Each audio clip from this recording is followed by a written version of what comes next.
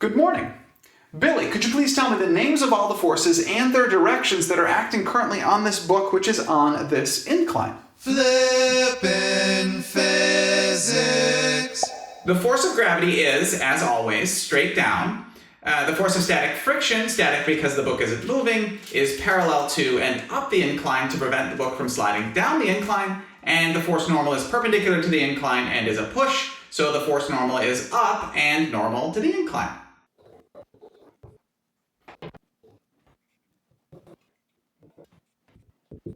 Correct. Now, the next step when dealing with a problem with forces in it is to break forces into components. Bobby, which forces do you think we need to break into components? Well, the force normal and the force of static friction are neither in the x or y direction, so we need to break those two forces into components. When an object is on level ground, that is typically how we would approach this free body diagram.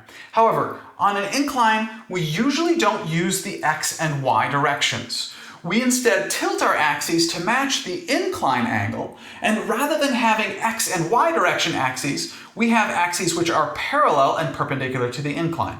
In other words, on an incline, we usually use a direction which is perpendicular to the incline and a direction which is parallel to the incline. Now that our directions are perpendicular to the incline and parallel to the incline, Bobby, which forces do we need to break into components? Well, the force normal is in the perpendicular direction and the force of static friction is in the parallel direction, so neither of those need to be broken into components. However, the force of gravity does need to be broken into components because it's neither in the parallel nor perpendicular direction. Yes! Notice how we only have one force to break into components instead of two.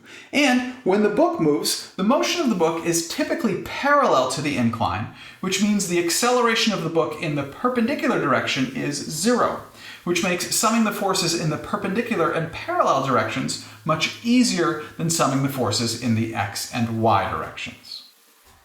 Now let's draw the components of the force of gravity. The force of gravity perpendicular is always perpendicular to the incline and down, and the force of gravity parallel is always parallel to the incline and down the incline. Every once in a while, a student will draw the force of gravity parallel up the incline, which is incorrect. The force of gravity is always down towards the center of the planet, so the force of gravity parallel is always down the incline. Now, let's identify some angles. Theta 1 is called the incline angle. Theta 2 is the angle between the force of gravity perpendicular and the force of gravity. Theta 3 is the angle between the force of gravity and the incline. And because the incline and the force of gravity parallel are by definition parallel to one another, Theta 3 is also the angle between the force of gravity and the force of gravity parallel. Oh, and lastly, because the force of gravity is by definition vertical, it is at a 90-degree angle then to the horizontal. In other words, this is a right angle right there. The interior angles of a triangle in a two-dimensional Euclidean plane always add up to 180 degrees. Therefore, 180 degrees equals theta 1 plus 90 degrees plus theta 3. Subtracting 90 degrees from both sides gives us 90 degrees equals theta 1 plus theta 3.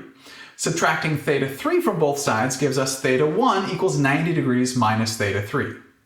We can also see that theta 2 and theta 3 add up to 90 degrees. This is because the incline and the force of gravity perpendicular are perpendicular to one another. Again, subtracting theta 3 from both sides gives us theta 2 equals 90 degrees minus theta 3. Therefore, theta 1 is equal to theta 2.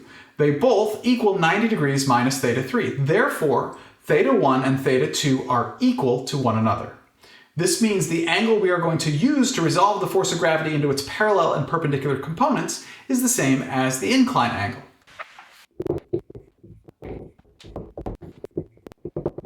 Bo, could you please resolve the force of gravity into its components?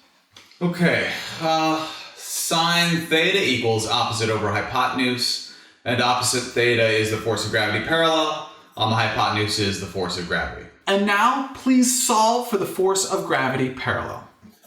We can multiply by the force of gravity to get the force of gravity parallel equals the force of gravity times the sine of the incline angle. And the force of gravity equals the mass of the object times the acceleration due to gravity. So the force of gravity parallel equals mass times the acceleration due to gravity times the sine of the incline angle. Billy, please do the same thing with cosine.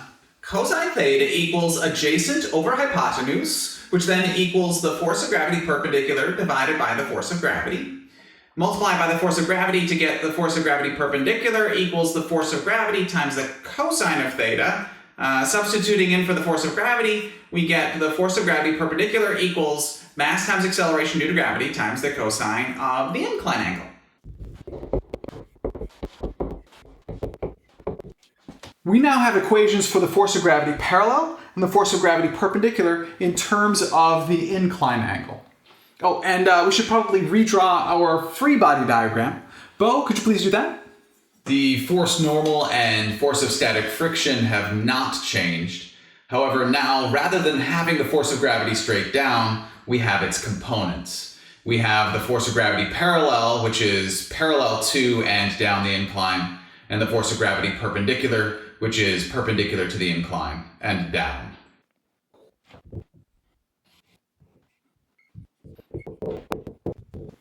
There you go. Thank you very much for learning with me today. I enjoyed learning with you.